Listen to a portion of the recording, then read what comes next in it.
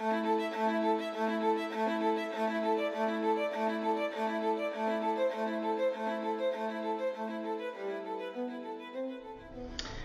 cet épisode d'une expérience humaine, j'accueille le professeur Samuel Vessière pour discuter de sujets et d'enjeux qui ont reçu énormément d'attention au cours des derniers mois. L'identité trans, les personnes trans et la dysphorie de genre.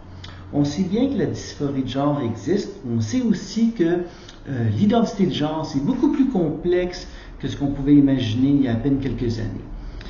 C'est d'autant plus complexe que pour s'y retrouver, il faut prendre en considération des éléments de la psychologie individuelle, des éléments de la psychologie de groupe, de la psychologie de masse aussi.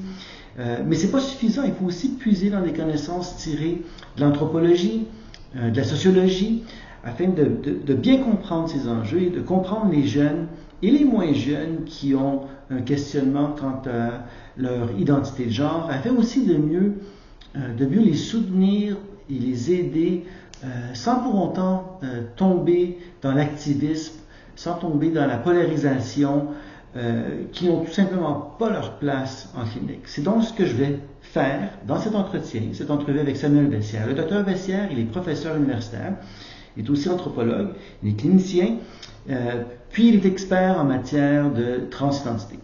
Au cours de la prochaine heure, on essaie donc de démêler tout ça, transidentité, identité de genre, dysphorie de genre, des sujets délicats que plusieurs n'osent plus aborder et qui pourtant méritent toute notre attention.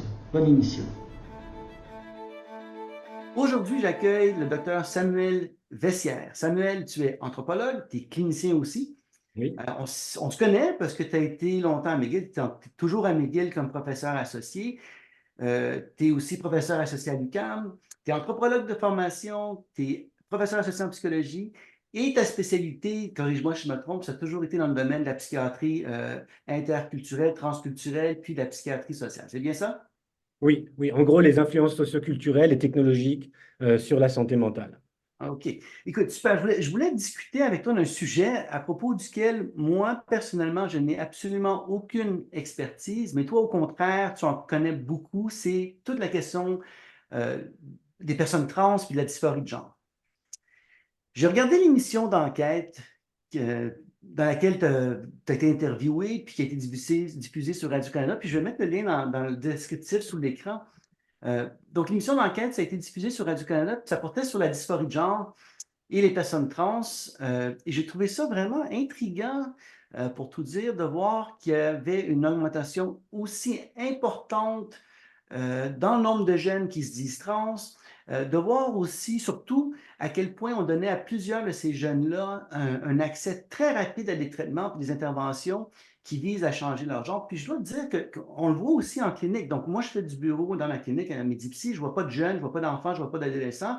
Mais mes collègues, eux, en voient, puis ils me disent souvent que le nombre de jeunes qui arrivent en consultation dans leur bureau en se disant trans est fulgurant, absolument fulgurant. Oui. On va commencer, avant de te demander ton avis là-dessus, peut-être que tu peux prendre quelques minutes pour nous définir ce que c'est qu'une personne trans, puis ce que c'est que la dysphorie de genre.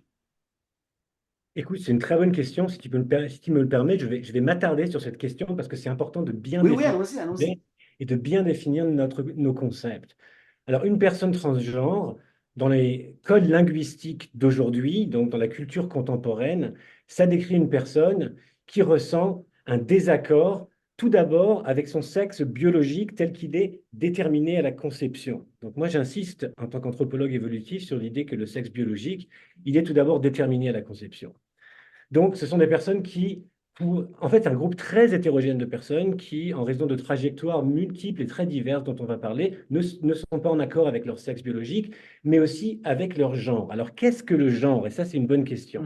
Le genre, c'est un ensemble de comportements stéréotypés, mais en même temps de comportements ritualisés, qui sont effectivement partiellement conférés socialement, qui sont associés donc au sexe biologique.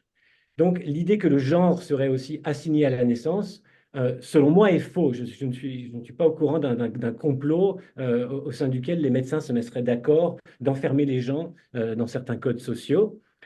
Donc, le genre, il est associé au rôle social.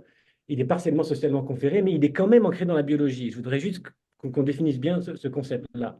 On nous dit souvent le genre est socialement construit parce que d'une période historique à l'autre ou d'une culture à l'autre, les codes sociaux vont être complètement différents. Moi, en tant qu'anthropologue, je dis oui, mais est-ce qu'ils sont vraiment si différents que ça? Mhm. Généralement, on parle d'accentuation ou d'atténuation de certaines caractéristiques sexuées secondaires, par exemple, et de certains comportements qui sont liés à des enjeux reproductifs. Donc, en moyenne, les hommes et les femmes ont certains comportements qui sont différents pour des raisons biologiques et pour des raisons sociales. Quand on parle des caractéristiques sexuées secondaires, on parle des glandes mammaires, de la pilosité, de la distribution de Mhm. l'adiposité, toutes ces choses-là sont quand même biologiques. Et après, donc, il y a des ensembles de comportements, de rituels, de symboles qui sont associés à ça. Mais d'une culture à l'autre, on va parfois prôner la modestie, on va parfois prôner une permissibilité de comportement un petit peu plus sexué, etc. Mais en fait, les différences ne sont pas si grandes que ça. Mais pour ce qui en est des personnes donc, qu'on appelait transsexuelles avant, dans notre culture, qu'on appelle transgenres maintenant, c'est effectivement tant avec leur sexe biologique qu'avec les codes sociaux, les stéréotypes, les attentes autour du genre, que ces personnes vont se sentir en discordance, donc ne vont pas se sentir en accord. Donc, c'est quelque chose qui a toujours existé. Et suivant les possibilités qui sont conférées socialement, ces personnes-là ont pu parfois être accueillies ou reconnues comme un membre de l'autre sexe, donc des hommes qui devenaient des femmes qui devenaient des hommes, etc. Donc dans notre culture, on les appelait des transsexuels avant. Maintenant, on parle de personnes transgenres. Donc trans, je le rappelle, ça veut dire aller de l'autre côté d'eux, alors que cis, ça veut dire du même côté. Mhm. OK. La dysphorie de genre, elle, est-ce que c'est un construit qui est différent? Ben, aujourd'hui, c'est devenu un terme contentieux parce que la dysphorie de genre, elle dénote donc un inconfort et même une détresse que certaines personnes ressentent parce qu'ils sentent qu'ils ne sont vraiment pas en accord avec leur corps, avec leur sexe biologique, avec leur genre. Et ça, on y viendra plus tard parce que les discours dans certains milieux de la recherche et dans certains milieux militants sont, selon moi, un peu contradictoires.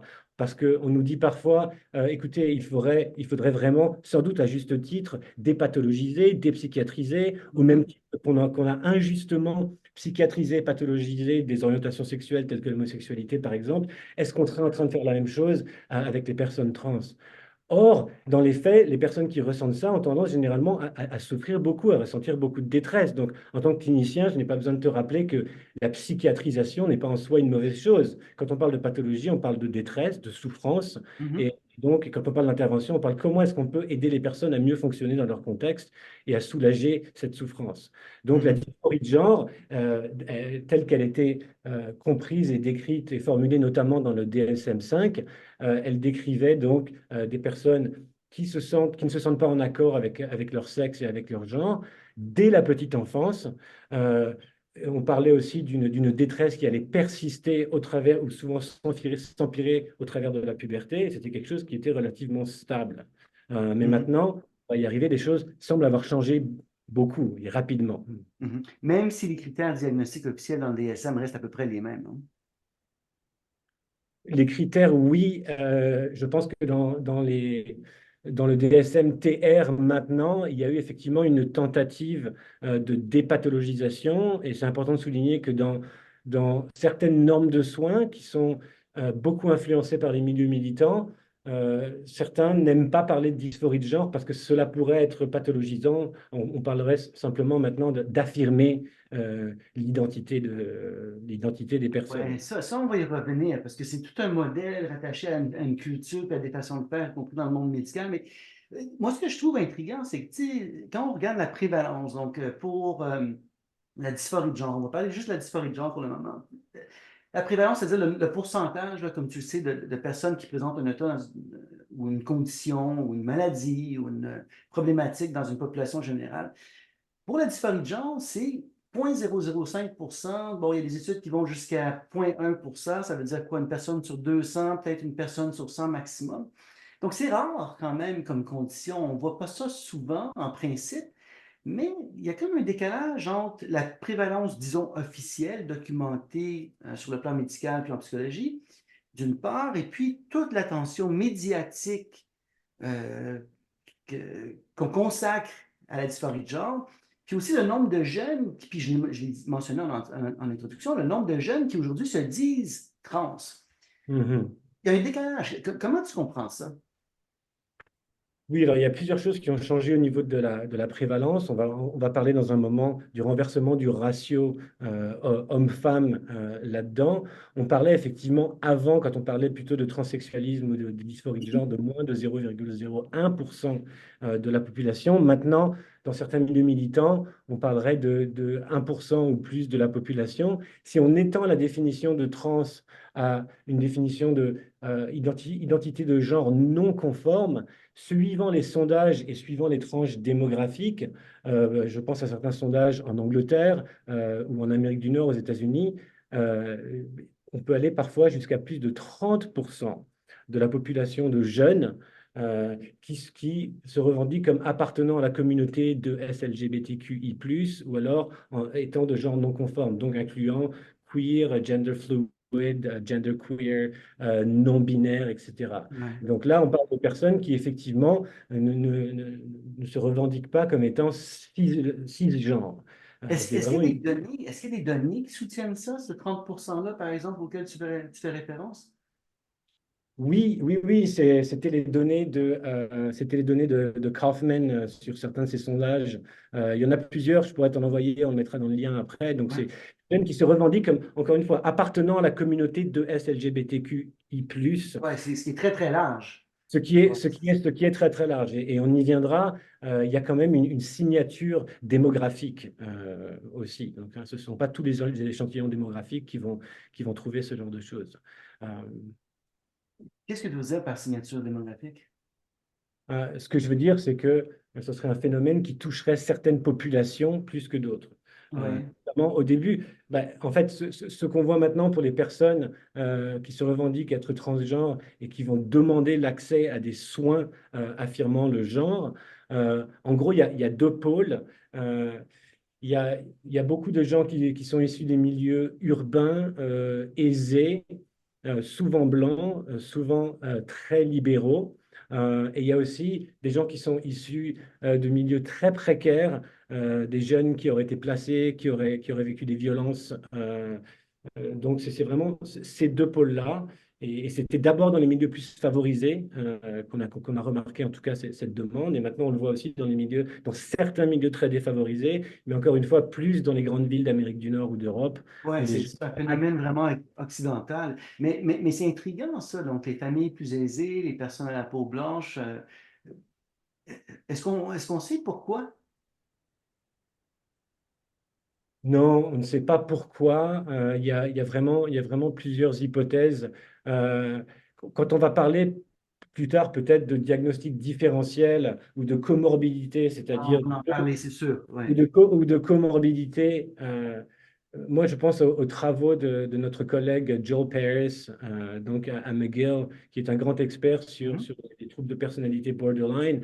Et Joel Paris a émis l'hypothèse, pas seulement une hypothèse, c'est basé sur des données aussi, que les structures de personnalité de type borderline semblent être à la hausse, semblent avoir augmenté, surtout en Occident. Et ça pourrait avoir quelque chose à voir avec l'érosion de certains mécanismes de régulation sociale, de régulation socio-culturelle des émotions, donc plus d'individualisme, plus de solitude, des changements dans la culture de la parentalité où on donne beaucoup de choix et d'agentivité donc aux enfants parce que historiquement, il y a quelque chose de quand même assez nouveau pour que ce soit culturellement imaginable, donc Mhm. pour les enfants et pour des jeunes patients, donc de demander d'avoir accès à tout un tas d'interventions, de demander notamment des interventions psychosociales vraiment à très large échelle pour qu'on adapte le contenu, le langage, qu'on adapte le contenu scolaire.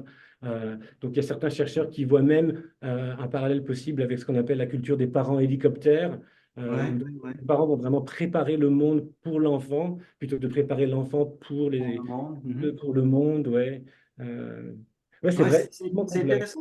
C'est intéressant. Écoute, tu as fait allusion au renversement dans les proportions chez les petits garçons et les petites filles. Parce que historiquement, la dysphorie de genre, c'était les petits garçons. Donc, je sais que c'est de 2 à 5 fois plus de petits garçons qui présentaient une dysphorie de genre que de filles. Puis aujourd'hui, ça semble être le contraire. Est-ce que je me trompe?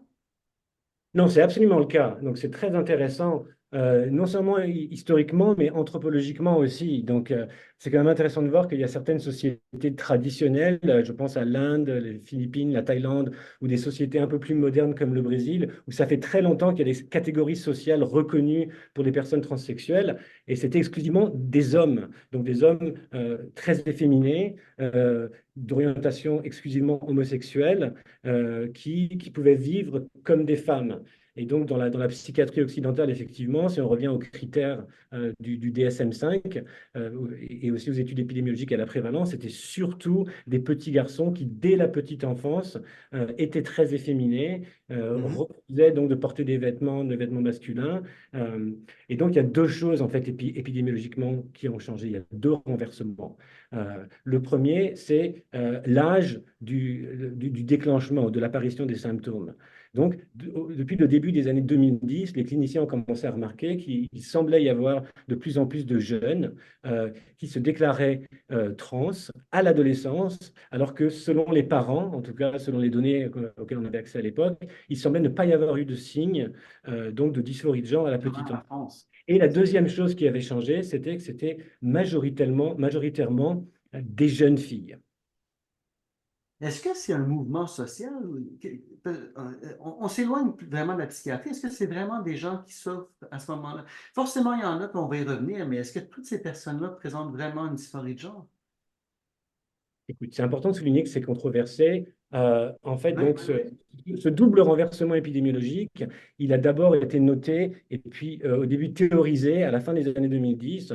Il y avait un papier vraiment fondamental de la médecin américaine Lisa Littman qui avait émis l'hypothèse d'un phénomène qu'elle appelait Rapid Onset Gender Dysphoria. Donc, la dysphorie de genre à déclenchement rapide. C'était une étude basée sur un échantillon de parents qui accompagnaient leurs enfants au travers de leur transition et qui rapportaient donc que leurs jeunes, surtout des filles, semblaient être soudainement devenus transgenres. Et le papier parlait aussi donc de certains clusters à plusieurs niveaux, c'est-à-dire dans les cercles d'amis, dans certaines écoles, donc une fille qui devenait trans, puis une autre, puis une autre, puis une autre, et puis aussi de réseaux donc de soutien ou d'influence par les pairs sur les réseaux sociaux. Donc c'est à partir de ce moment-là que certains chercheurs se sont intéressés au phénomène aussi donc de forums de discussion, mais aussi d'influenceurs sur les réseaux sociaux qui parlaient de leur trajectoire de transition.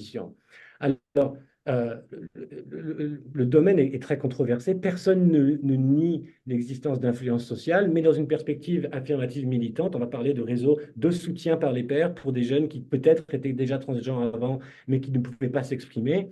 Et dans les perspectives un peu plus modérées ou critiques, on va dire, on va continuer de poser la question, est-ce qu'il se pourrait qu'il y ait des mécanismes de contagion, d'influence sociale? Donc ça, ce que je vais dire, c'est controversé dans certaines sciences sociales, en anthropologie, en sociologie. En psychologie clinique et évolutive, c'est beaucoup moins controversé de remarquer qu'en moyenne, les jeunes filles et les femmes sont un petit peu plus sensibles aux influences sociales, elles mentalisent mieux et elles peuvent être aussi plus à risque de certains phénomènes de contagion sociale tels qu'ils ont déjà été étudiés dans le cas de certains troubles de conversion, par exemple, dans le cas de phénomènes pseudo-épileptiques. Donc, effectivement, cette hypothèse de la dysphorie de genre à déclenchement rapide existe depuis 2018. Elle était globalement très mal reçue dans le monde scientifique euh, parce qu'il y avait une influence de plus en plus grandissante de certains milieux militants, donc de milieux non cliniciens. Euh, Ce que j'ai envie de dire, c'est que maintenant, un peu plus de presque 7 ans plus tard, euh, on a quand même beaucoup de données cliniques et épidémiologiques qui corroborent l'existence de ce phénomène à déclenchement plus tardif et le renversement du ratio. Et je pense notamment à des études qui proviennent de Finlande. Donc en Scandinavie, ils avaient été un peu des pionniers, comme en Angleterre, mais même avant, pour appliquer des protocoles de transition médicale. Et eux, ils ont des suivis longitudinaux vraiment depuis le début des années 2010. Et là, on voit vraiment ce renversement du ratio, on voit vraiment cette explosion exponentielle de cas. Euh, et on voit aussi, et ça on y arrivera, malheureusement, on voit aussi pas vraiment d'amélioration du fonctionnement psychosocial chez les jeunes qui ont donc été affirmés, parce que le débat, il est là. C'est est-ce que Mhm, mhm. les protocoles affirmatifs sauvent des vies ou est-ce que en fait, c'est un petit peu plus complexe? Est-ce qu'il faut accompagner psychothérapeutiquement ou non. Donc ça, c'est des débats dans lesquels on va rentrer. Mais je voudrais aussi donc préciser que ces données-là, maintenant, elles ont été corroborées, donc pas seulement en Scandinavie, mais aussi en Angleterre, en France, en Hollande, au Canada, aux États-Unis. Donc, le renversement épidémiologique existe, mais c'est important de souligner que pour certaines personnes issues des milieux plus militants, ça dénote tout simplement le fait qu'on accepte mieux le phénomène. Donc, ces personnes auraient peut-être existé avant, Ouais. mais elles ne peuvent pas s'exprimer. Mais tu fais référence à des données quand même sur quelques années, donc il y a quand même une dimension longitudinale. Est-ce que ces jeunes-là qui ont été suivis, est-ce qu'ils demeurent, est-ce qu'ils continuent de s'identifier comme étant trans euh, avec ou sans intervention? Est-ce que c'est une condition ou un état ou un sentiment qui perdure dans le temps? Ben, écoutez, alors c'est intéressant parce que au Canada, à CAMH, justement, on avait aussi une clinique à Toronto dirigée par le Ouais. professeur Ken Zucker, qui était aussi une équipe assez pionnière dans les transitions de genre. Simplement, les protocoles étaient un peu différents. Il y avait un accompagnement psychothérapeutique. Il y avait une méthode qu'on appelait watchful waiting, donc on pourrait traduire ça comme une attente bienveillante, c'est-à-dire on accueillit le jeune sans jugement. En tant que clinicien, on reste neutre, on ne se positionne pas ni pour ni contre. Par contre, on essaie d'identifier, de traiter, puis d'éliminer la détresse périphérique, par exemple, d'éliminer pour être sûr que le jeune fonctionne bien.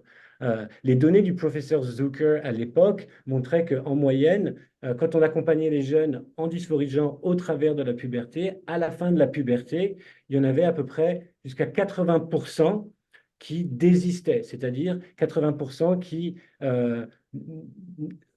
revenaient en accord avec leur sexe biologique, mais c'est important de souligner qu'une majorité déclarait une orientation exclusivement homosexuelle. Donc c'était des jeunes qui effectivement C'est des étaient jeunes qui étaient gays.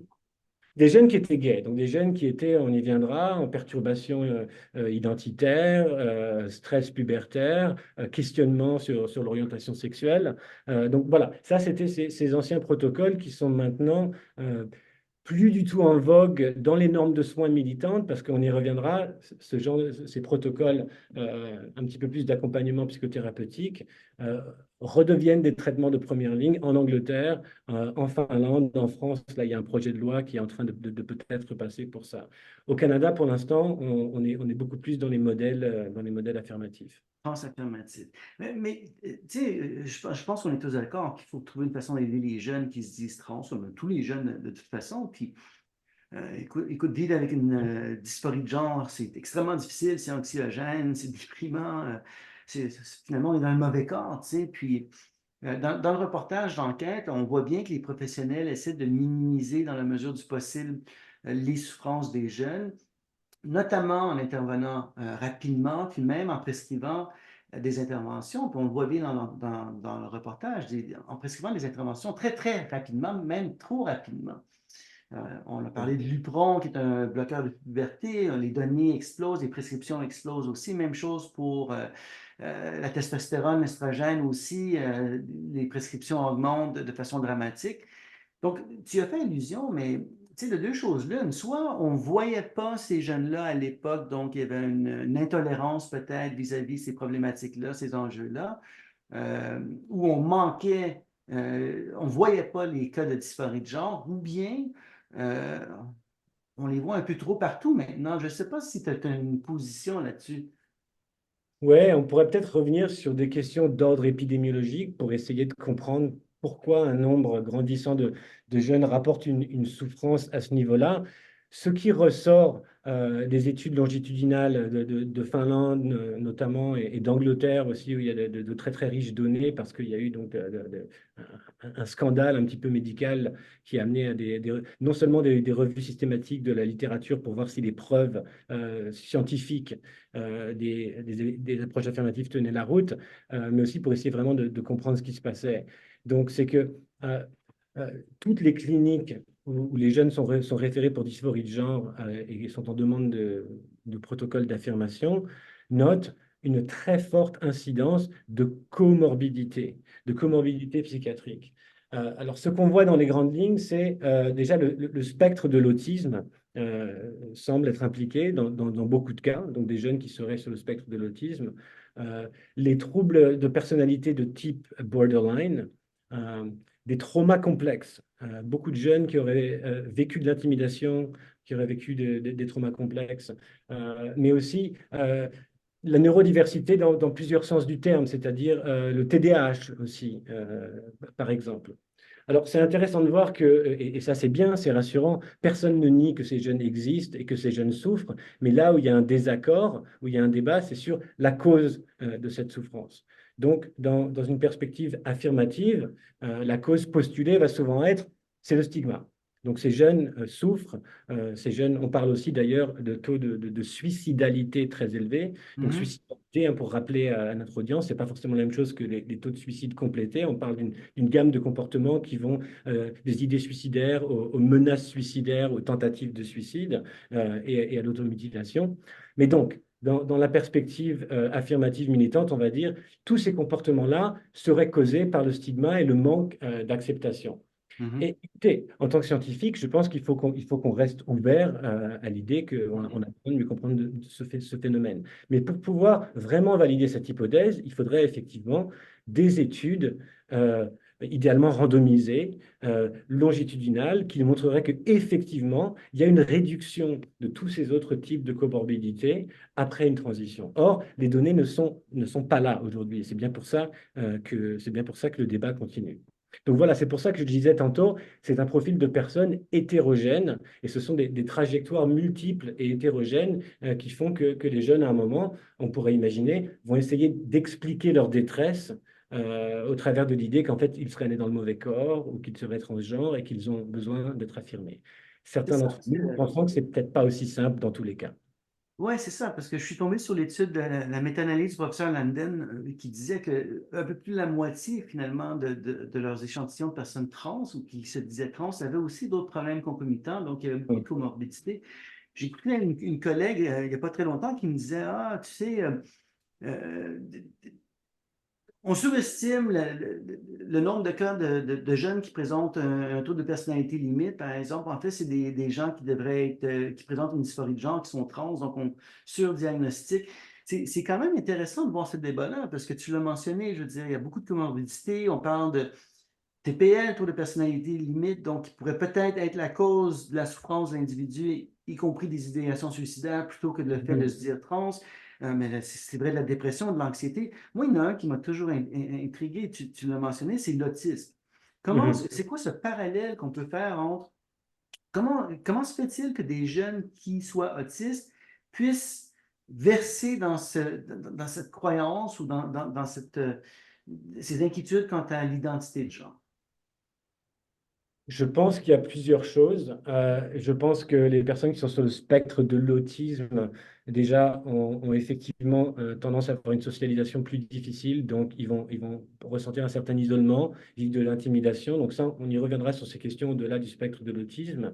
Après, au niveau des particularités cognitives propres à l'autisme, il y a quand même des intérêts restreints, un surinvestissement donc de certaines thématiques couplée avec une rigidité cognitive.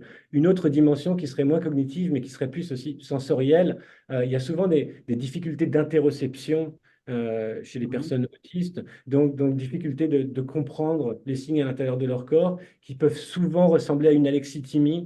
Donc une difficulté à nommer ses émotions, à comprendre ce qui se passe dans le corps.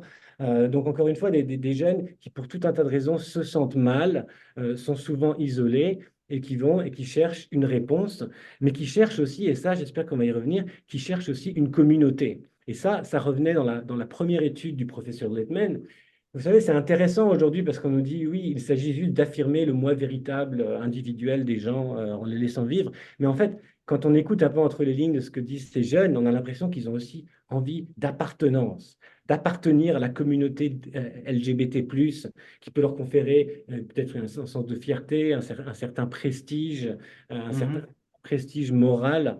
Euh, et donc, pour en revenir aux personnes autistes, euh, les personnes autistes peuvent être parfois surreprésentées dans d'autres types de problématiques qui ont tendance à émerger sur l'Internet, justement parce qu'ils sont, ils sont désocialisés, ils sont sur l'Internet, ils vont consommer de manière assez obsessionnelle un contenu, et après, ça devient difficile de lâcher cette idée.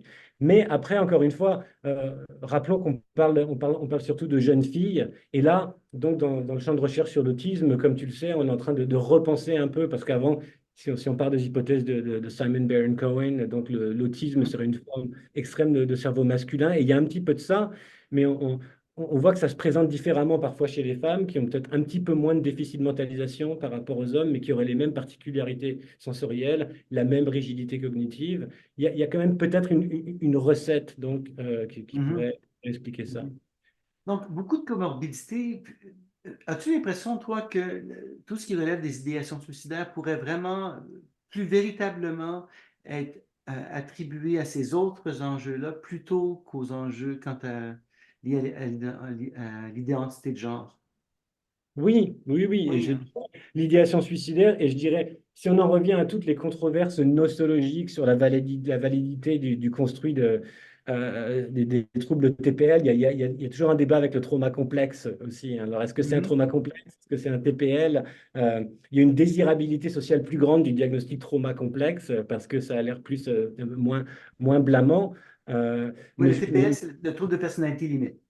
oui, oui, c'est ça. C'est ça. Oui, oui, oui, oui, oui. Mais je pense, donc, la suicidalité, je pense beaucoup de jeunes ont vécu quand même des traumas, ont vécu de l'intimidation. Il y a un nombre non négligeable de jeunes filles aussi qui ont vécu des abus sexuels ou des attouchements sexuels. Donc ça pourrait partiellement expliquer aussi les comportements suicidaires. Mais ça, même si c'est controversé, les données sont quand même là. Il y a aussi une part de contagion sociale. On sait que les comportements suicidaires et l'automutilation Mhm. peuvent être contagieux. Donc, il y a Exact. des occurrences en clusters. Ça ne veut pas dire que les jeunes font semblant, mais ça veut dire, et c'est un autre champ de recherche donc, qui me préoccupe beaucoup, donc je travaille beaucoup sur l'impact des réseaux sociaux. Donc sur la santé mentale des jeunes, mais il se pourrait aussi, voilà, les jeunes passent beaucoup trop de temps en manque de socialisation face à face, à consommer un contenu très anxiogène, très très négatif, Mhm, mhm. et un impact vraiment nocif sur leur santé mentale. Mhm. Écoute, le problème avec le suicide, évidemment, c'est que le risque est toujours bien réel. Et puis, dans les médias, on cite souvent un rapport qui est un rapport qui a été préparé par le professeur Travers de l'Université Wilfrid Laurier, donc l'Université canadienne, qui dit, puis on y fait référence aussi dans le reportage d'enquête, qui dit que le soutien parental, quand les parents soutiennent leur enfant trans dans un processus d'affirmation, le taux de suicide chute de 93%, ce qui est énorme. Tu sais. Puis le message qu'on tire de ça, évidemment, d'une statistique comme celle-là, c'est qu'il faut soutenir inconditionnellement une jeune personne trans dans un processus qu'on peut dire transaffirmatif, ou même un processus de transition, y compris dans un processus de transition rapide. Puis moi, j'ai lu le fameux rapport, ce fameux rapport où on rapporte ce chiffre-là. Puis ça n'a pas été publié, d'après ce que je peux voir dans une revue scientifique. Donc, ça n'a pas été expertisé. Euh, Oui. c'est un peu À ma- difficile à trouver, je dois le dire, ce rapport-là, là, mais je l'ai trouvé. Puis Alors, écoute, maintenant, de la méthode. à ma connaissance, ce rapport-là, il ne s'agit pas de données de très bonne fiabilité ni de très bonne qualité. Euh, je pense que la manière dont on parle de ça, en fait, une histoire qu'on entend souvent, c'est si vous n'affirmez pas votre enfant est à risque de se suicider. Les protocoles d'affirmation sauvent des vies. Donc, Life-Saving Gender Affirming Care, ces protocoles Ouais, c'est ça. qui sauvent des vies. Alors là, il y a plusieurs confusions. La première, c'est la confusion entre suicidalité et suicide. Donc, généralement, on parle de suicidalité, on parle de comportement suicidaire, et je le répète, donc menace, idéation, tentative. Exact. Les données épidémiologiques de bonne qualité que je connais, en fait, elles trouvent quelque chose d'un peu différent. Elles trouvent que les jeunes en dysphorie de genre, les jeunes qui se revendiquent comme étant trans, ont effectivement des taux de suicidalité beaucoup plus élevés que la population générale des jeunes. Mais quand on les compare à d'autres jeunes qui sont référés en psychiatrie, toutes causes confondues, il n'y a pas vraiment de différence. Ouais, c'est Donc, ça. donc, ça pourrait aussi être, ce sont des jeunes effectivement qui souffrent, Qui souffre. ça personne ne le nie. Après, la question du soutien parental, on y reviendra. C'est évident que le soutien parental est très, très important. Mais est-ce que soutenir notre enfant, ça veut forcément dire oui tout le temps? Est-ce que ça veut dire oui à toutes ces demandes? Moi, je ne suis pas certain. Et là, on pourra revenir sur cette question. Donc, Ouais, mais moi non plus, je suis pas certain, je t'avoue. faudrait voir ce qu'on entend, faudrait voir ce qu'on entend par soutien. Ouais, c'est ça, mais écoute, c'est fascinant cette étude-là parce que moi, il n'y a pas de métaux, il n'y a pas de statistiques, il n'y a pas vraiment de. Il semble y avoir des statistiques qui ne sont pas rapportées, donc on ne peut pas juger de la qualité. Écoute, j'ai trouvé ça sur le plan de la méthodologie vraiment faible. Puis le problème, c'est que c'est des chiffres comme ça frappe l'imaginaire, donc les gens le reprennent un peu partout. Écoute, je lisais le rapport, le document Famille en transition, ça c'est la page couverture, donc qui est remis, qui était remis par exemple aux jeunes à l'hôpital Sainte-Justine à Montréal, mais dans d'autres institutions aussi, puis on cite ces chiffres-là. J'ai l'impression que les gens ne comprennent pas vraiment le volet méthodologique, le volet rigueur scientifique. Et puis finalement, ils se retrouvent à détourner un peu les données scientifiques, si bien que on se retrouve, puis là, ça va peut-être choquer comme question, mais bon, allons-y quand à y être. J'ai l'impression parfois qu'on a des chercheurs, des cliniciens, psychologues, psychiatres, médecins, qui n'agissent plus comme chercheurs, comme cliniciens, psychologues, psychiatres, mais comme activistes. As-tu cette impression-là, toi aussi? Oui, oui, absolument. Et ça dépend de ce qu'on entend par activiste, de vouloir agir pour le bien de l'humanité, agir pour ne pas nuire, primum non nocere. Ouais. Effectivement, mais ça, c'est quelque chose qu'on a remarqué dans le milieu universitaire. On l'a vu beaucoup en sciences humaines et en sciences sociales. On le voit de plus en plus en sciences de la santé. Euh, on voit des recherches qui sont de plus en plus d'ordre normatif que descriptif. C'est-à-dire, on commence déjà en disant comment le monde devrait être sans avoir pris le temps C'est vraiment ça, c'est de, ça. de se poser cette question. Mais si tu veux le permettre, je voudrais revenir sur cette question du suicide parce qu'elle Oui, est oui, très, oui. très importante, elle est fascinante, elle est inquiétante. Et je voudrais dire, comme expérience de pensée, on pourrait accorder donc à la perspective militante que effectivement, jusqu'à relativement récemment, c'était sans doute très dur pour les personnes de genre non conforme ou de sexualité non conforme de vivre pleinement, d'être acceptées. Et que là, effectivement, une augmentation pourrait être parce que nos mœurs sociales se sont relaxées. Mais en même temps, il faut vraiment pousser ce postulat un peu à sa conclusion. Est-ce que ça veut dire qu'il aurait toujours existé au sein de l'espèce humaine, comme s'il y avait une faille de construction dans l'espèce humaine, où jusqu'à de 1 à 30% selon les études qu'on regarde, de personnes ont dû attendre les progrès de la médecine transhumaniste, donc bloqueur de puberté, hormones antagonistes, chirurgie, Mhm, mhm. et aussi donc du postmodernisme pour pouvoir vivre pleinement, ce serait quand même bizarre. Là, on a une théorie de l'humain en tant qu'anthropologue, je me dis qu'il est quand même bizarre. Mais quand même, ce serait vrai, donc, il y a toujours existé un grand pourcentage de la population qui souffrait énormément, qui a dû attendre donc ce grand progrès moral et médical pour exister. Il y aurait eu des taux de suicide beaucoup plus élevés, ou de suicidalité beaucoup plus élevés avant. Or, Mhm. on n'a pas vraiment de données qui nous montrent ça. Et en même temps, même si je suis sûr qu'on a encore beaucoup de progrès à faire pour pouvoir, envers la diversité et l'acceptation de le vivre ensemble, mais il me semble que surtout au Canada et en Occident, on a quand même des valeurs explicitement transaffirmatives. Il y a des posters partout, il y a des campagnes d'éducation partout. Euh, moi, personnellement, j'ai pas l'impression qu'on vit dans une société qui soit si transphobe que ça. Et pourtant, le taux de jeunes, non seulement qui rapportent ce type d'expérience, mais qui souffrent, augmente. Donc, est-ce qu'on peut se poser des questions sur d'autres mécanismes qui pourraient contribuer à cette souffrance, au-delà de juste ton moi véritable trans doit être accepté médicalement et Mhm. socialement, sinon tu vas te suicider. Ouais, c'est ça. Écoute, l'Angleterre, ils ont fait une large enquête que tu as sûrement suivie aussi. Oui, Puis là, tu me corriges si je me trompe, mais ultimement, ce qu'ils ont fait, c'est qu'ils ont, à tout le moins en partie, fermé leur clinique en disant que plusieurs de leurs centres, bon, il y avait toute la question de la comorbidité qui était manquée aussi, mais j'ai lu un passage où on faisait référence à l'idée que plusieurs centres étaient infiltrés par des activistes aussi. Donc, on mettait de l'avant plus une idéologie que des soins médicaux appropriés ou des soins psychologiques appropriés. Euh, oui, oui. Alors, quand on parle d'infiltration, il faut faire attention, hein. Moi, je pense qu'il n'y a vraiment pas de complot, il y a juste des bonnes intentions. oui, Et oui, c'est ça.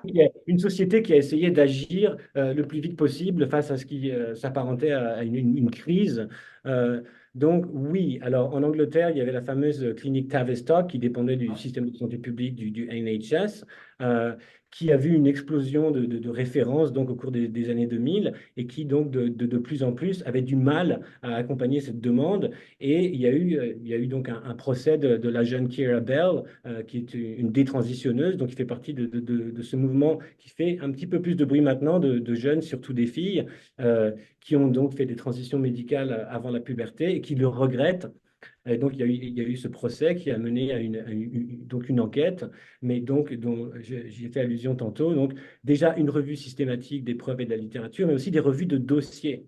Donc Ouais. de cette fameuse clinique, pour voir qu'effectivement, il y a eu beaucoup de négligence dans le sens où ben, c'est juste que les cliniciens étaient vraiment débordés et en même temps, les normes de soins changeaient très, très, très rapidement jusqu'à ce que le protocole affirmatif soit devenu vraiment la seule méthode possible. Mais c'est intéressant quand on se penche sur l'histoire de cette clinique de voir que c'était beaucoup de cliniciens qui voulaient juste sincèrement aider ces Ouais, personnes. ouais. Mhm. À ses débuts, c'était des psychanalystes qui tenaient cette clinique. Il y avait une approche Ouais. beaucoup plus cliniquement neutre. Donc, par exemple, ils avaient des groupes de parole pour personnes en transition. Euh, et puis, petit à petit, donc, il y a eu certains organismes militants qui étaient beaucoup de personnes trans adultes elles-mêmes et de parents de jeunes personnes trans et de personnes trans adultes qui effectivement rapportaient qu'elles avaient vraiment beaucoup souffert donc pendant leur adolescence et qui se disaient ben, si on avait pu intervenir plus tôt, ça aurait pu prévenir de la souffrance. Euh, et donc il y a eu beaucoup d'influences, notamment de la fondation Mermaid en Angleterre. Mhm. Mhm. Euh, et il y a eu des scandales, il y a eu aussi plusieurs cliniciens donc, qui ont fait du whistleblowing, des appels à l'alarme. Et c'est pour ça que maintenant, en Angleterre, après cette revue, donc la revue du cadre NICE, donc des revues des preuves Ouais. scientifiques, donc par la pédiatre Hilary Cass, ils ont vraiment, pas rebroussé chemin, mais vraiment ralenti. Donc ce qu'on voit en Angleterre, qui est la même chose qu'on voit en Finlande et en Suède maintenant, et ça s'en vient un petit peu en France, c'est on met en première ligne une très bonne évaluation biopsychosociale et un suivi psychothérapeutique. Euh, Pas de bloqueur de puberté ou pas d'hormones antagonistes en dehors d'un protocole de recherche qui est, et d'un consentement vraiment éclairé aussi. Euh, et dans la mesure du possible, d'attendre jusqu'à la majorité. C'est ça, parce que à l'époque, si on pense à ce qui se faisait à Cambridge, c'était une approche de suivi bienveillant, c'est le terme que tu as, Oui, watchful waiting. Ensuite, il y a eu le, oui, le protocole hollandais, hein, c'est bien ça, c'est-à-dire oui. on mettait l'accent sur vraiment le soutien trans-affirmatif, et puis là, on a l'impression, non, c'est pas tout à fait ça, corrige-moi. Ben, le protocole hollandais est très très important dans l'histoire de ces questions et de ces traitements parce que c'est encore une fois au début des années 2010 où un groupe de cliniciens chercheurs hollandais ont fait justement ce pari. Ils se sont dit, bon, il y a beaucoup de personnes qui sont devenues transsexuelles à l'âge adulte, qui ont beaucoup souffert et qui rapportaient vraiment une grande souffrance au moment de la puberté, au moment où le corps change. Donc si on pouvait intervenir en amont. Donc le protocole hollandais, donc c'est eux qui ont été les pionniers dans cette méthode de commencer d'abord avec une évaluation psychosociale, je vais y revenir, des bloqueurs de puberté pendant à peu près 2 ans. Si tout se passe bien, on passe à des hormones antagonistes, donc testostérone pour les Mhm. filles, estrogène pour les garçons. Et si tout se passe bien encore 2 ans après, on peut envisager des chirurgies plastiques, donc des chirurgies, des Mhm. tortoplasties par exemple, ou des chirurgies du bas. C'est quand même important de souligner que le protocole hollandais avait comme critère d'inclusion les critères du DSM. Donc, c'est-à-dire des jeunes qui rentraient dans les critères d'inclusion du DSM, donc dysphorie de genre dès la petite enfance, qui s'empirent à la puberté. Et le deuxième point très important de ce critère d'inclusion n'était pas d'autres comorbidités psychiatriques. Ah, Donc, donc, il y avait une exclusion des autres conditions. c'était des études vraiment d'autres conditions. Donc maintenant, on applique souvent, j'ai envie de dire, l'idée du protocole hollandais, mais vraiment de manière très, très élargie en disant, il faut affirmer tout de suite tout le monde partout. Ouais. Mais Donc, les Hollandais eux-mêmes, et moi je les connais, je suis allé à beaucoup de rencontres scientifiques avec les professeurs de Vries et tout ça, ce sont de très honnêtes cliniciens et chercheurs qui eux-mêmes reconnaissent que leur protocole a été développé pour une autre population. Et que maintenant que les choses ont changé, il faut réfléchir à déjà pourquoi les choses ont changé et comment aider ces jeunes qui ont ces comorbidités psychiatriques. Ouais, c'est ça, mais c'est important parce que, tu vois, ça m'avait échappé. Le protocole hollandais, par définition, excluait la comorbidité, donc les gens qui viendraient consulter pour d'autres raisons. Donc, ça fait toute la différence, forcément. Puis ça, cette idée-là, on l'a perdue dans plusieurs environnements, dans plusieurs centres de soins, puis ici au Québec et au Canada aussi. As-tu l'impression, parce que là, tu as fait référence aux pays scandinaves, as-tu l'impression qu'on est en train de faire marche arrière sur plusieurs protocoles, puis dans nos façons de faire quant au nombre de soins? Ça dépend où. Marche arrière, c'est peut-être un bien grand mot et je comprends que ça peut être offensant euh, pour des personnes qui vivent ces subjectivités-là, mais en train de ralentir. Je dirais qu'on est en train de réfléchir, de ralentir et on est en train de réfléchir à comment mieux accompagner les personnes qui présentent avec une souffrance liée à la dysphorie de genre. Donc c'est sûr qu'en en Hollande, ils sont en train de ralentir aussi. Ils ont vraiment complètement ralenti en Finlande et en Suède. Ils sont en train de ralentir en France. Dans certains États américains, ils ont ralenti ou fait marche arrière. Au Canada, pas vraiment. Au niveau des politiques publiques au Canada, quand même, il y a quand même eu certaines tentatives de ralentir ou de faire marche arrière. Au niveau des transitions psychosociales, donc il faudrait qu'on parle aussi, parce qu'il n'y a pas que des transitions médicales. Le problème, c'est que ces questions ont été beaucoup trop politisées. Et c'est associé de manière très binaire et simpliste. Si on est de droite, on est transphobe et on est contre. Si on est de gauche, on est pour l'affirmation. Or, ça ne devrait Mhm. pas être une question politique. C'est une question clinique et scientifique d'abord. On veut comprendre comment accompagner la souffrance de jeunes. Donc, c'est Mhm. vrai qu'effectivement, il y a certains États américains, par exemple, ou certaines juridictions où il peut y avoir des lois qui vont être passées trop rapidement d'un côté Ou ou de de l'autre. l'autre pour instrumentaliser ces questions-là. Et c'est vraiment triste parce que cette souffrance de ces enfants, elle est instrumentalisée des deux bords et dans les deux extrêmes, à gauche comme à droite, pour justifier un agenda idéologique. Mhm. Alors, on ne devrait pas. Ce n'est pas une question d'idéologie, c'est une question de vécu et de souffrance, c'est une question clinique. Mhm. J'imagine qu'on a des normes de soins, des guides cliniques, des meilleures pratiques qui sont reconnues aujourd'hui, ou est-ce que ça varie d'une place à l'autre? Oui, non. Alors l'organisation de référence pour les normes de soins pour les personnes transgenres, c'est la WPATH, la World Professional Association of Transgender Health, euh, de laquelle, en fait, beaucoup de types de cliniciens, le professeur Zucker, par exemple, est membre. Et ils ont donc, ils en sont à la huitième version, le SOC 8 de ces normes de soins, qui effectivement tendent beaucoup vers l'affirmation. En même temps, les normes de soins affirmatives de la WPATH recommandent aussi d'abord une évaluation biopsychosociale rigoureuse.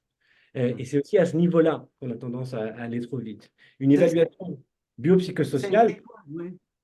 eh ben, alors, moi, je pense idéalement, ça serait pris en charge par une clinique interdisciplinaire de pédopsychiatrie. Ça prend pas un seul entretien clinique, mais plusieurs, avec le jeune et avec sa famille aussi. Donc, ça prendrait une approche systémique pour essayer vraiment de comprendre de quel contexte vient le jeune. Est-ce que le jeune, effectivement, va être soutenu? Est-ce qu'il est soutenu? Est-ce que ces autres comorbidités existent? Après une bonne évaluation biopsychosociale, idéalement, il faudrait aussi un suivi, donc une période de latence ou d'attente. Donc ça, c'est ce qu'ils refont maintenant en Angleterre, c'est ce qu'ils refont en Finlande. La WPATH ne recommande pas forcément ça. Mais il y a vraiment une grosse polémique, une grosse controverse autour des données, des études qui sont citées donc, dans les protocoles affirmatifs des normes de soins de la WPATH. Et ça, ce qui est ressorti, par exemple, dans la revue NICE en Angleterre de la pédiatre Hilary Cass, c'est que les données ne sont pas de très bonne fiabilité. C'est même l'OMS qui a, je ne sais pas si vous avez vu, l'OMS aussi a monté un comité donc pour avoir pas vraiment des normes de soins, mais des guidelines, donc des directives pour la santé des personnes transgenres. Et en fait, donc il y a eu controverse à l'automne parce que beaucoup des experts invités étaient connus pour des perspectives très, très, très militantes. Par exemple, certains experts qui disaient il ne faut absolument pas évaluer, il faut complètement enlever la psychiatrie de tout ça, c'est juste une question de choix. Euh, mais en janvier, l'OMS elle-même a un peu fait marche arrière ou a ralenti et a dit, après l'examen des preuves scientifiques pour les protocoles affirmatifs pour les mineurs qui sont trop variables et pas Mhm. vraiment fiables, nous ne nous prononcerons pas sur les enjeux de santé mentale pour les mineurs. Mhm. Donc les directives sur lesquelles l'OMS travaille maintenant seront simplement pour les populations adultes. Donc, Mhm. moi, j'ai envie de vous dire, il y a maintenant un consensus de plus en plus grand que les données, donc vraiment très, très pro-affirmatives, ne sont pas très fiables, dans le sens que, donc, déjà, il y a pas ou très, très peu d'études randomisées. Donc, oui, on peut le comprendre. Personne n'a envie de recevoir de la testostérone placebo ou d'être mis sur une liste d'attente. Il y a peu de suivi longitudinal.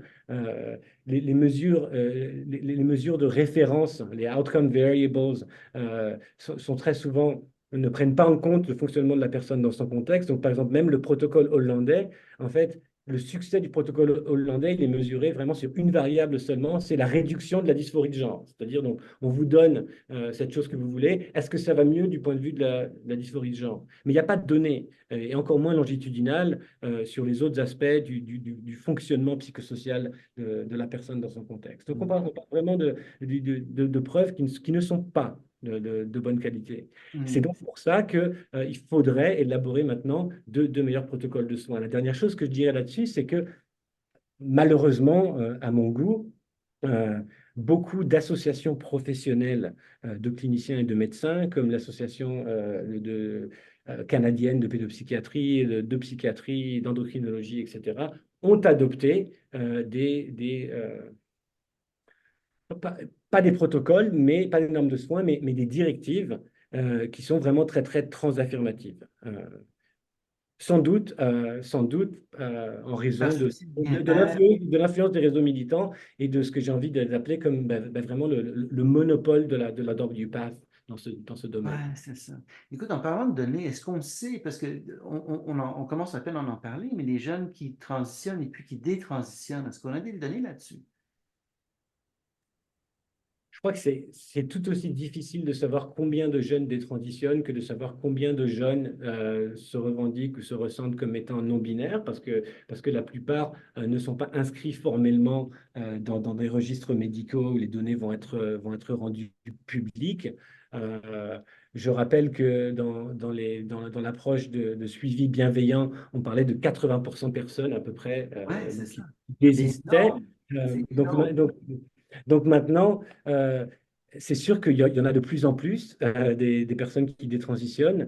Il y a quand même encore un très fort stigma associé à ça. Donc on entendra souvent dans les milieux militants que c'est instrumentalisé par l'extrême droite et qu'en fait, il y en a très très peu. La réponse, c'est que c'est vraiment, on ne sait pas. On peut soupçonner qu'on va en voir de plus en plus. Ah ouais. Écoute, je vois le temps qui fait. Je vais te poser deux dernières questions, puis on pourra clore là-dessus. As-tu des conseils aux jeunes qui pensent être trans? Et puis la deuxième, je vais te la poser tout de suite. As-tu des conseils aux parents dont le jeune, leur enfant, leur ado leur annonce qu'ils sont trans? Ben, aux jeunes qui pensent être trans, j'ai envie de dire, c'est très bien.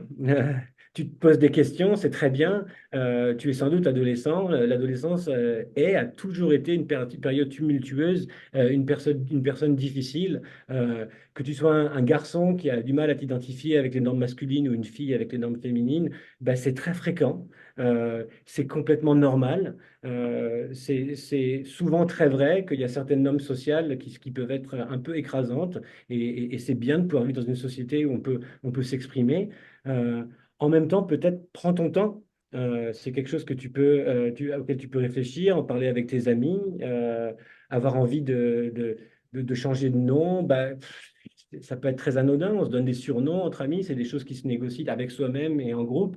Mais certainement, prends ton temps avant de prendre des décisions qui sont potentiellement irréversibles sur ton corps, donc notamment l'impact des bloqueurs de puberté, l'impact de ces hormones, l'impact des chirurgies qui, la plupart du temps, rendent stériles, qui sont irréversibles, qui ont un impact sur la densité osseuse.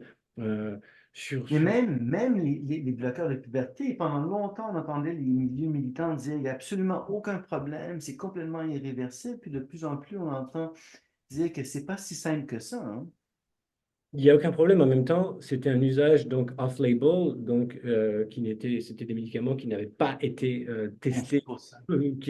pour ça. et on n'avait absolument pas de données. Donc on se rend compte maintenant qu'il y a un impact sur la densité osseuse, mais de plus en plus qu'il pourrait y avoir un impact neurologique et sur les fonctions cognitives, parce que l'adolescence aussi est une période de changement à tous les niveaux, mais au niveau du développement de l'arborescence neuronale, de la connectivité neuronale, par exemple, c'est vraiment un moment clé. Donc, juste d'arrêter ça ne peut pas être anodin. Et on se rencontre aussi au niveau psychique. C'est absolument pas anodin, j'ai même envie de dire, c'est même violent d'arrêter le processus naturel de changement du corps, l'impact sur la socialisation aussi, le fait que les gens changent autour de nous, les corps changent, le nôtre ne change pas. Ça ne veut pas dire que la transition normale n'est pas elle-même violente. Ben oui, c'est ce que je disais à notre jeune tout à l'heure. Mhm, Pour beaucoup de gens, ça a toujours été difficile, bien sûr. mhm, mhm. Donc, prendre son temps et puis aux parents, qu'est-ce que tu dirais? Ben, aux parents, je dirais la même chose. Je dirais, intéressez-vous à votre jeune, écoutez-le, soutenez-le, essayez vraiment de comprendre ce qu'il veut dire, de comprendre ce qu'il ressent, euh, passez du temps avec lui.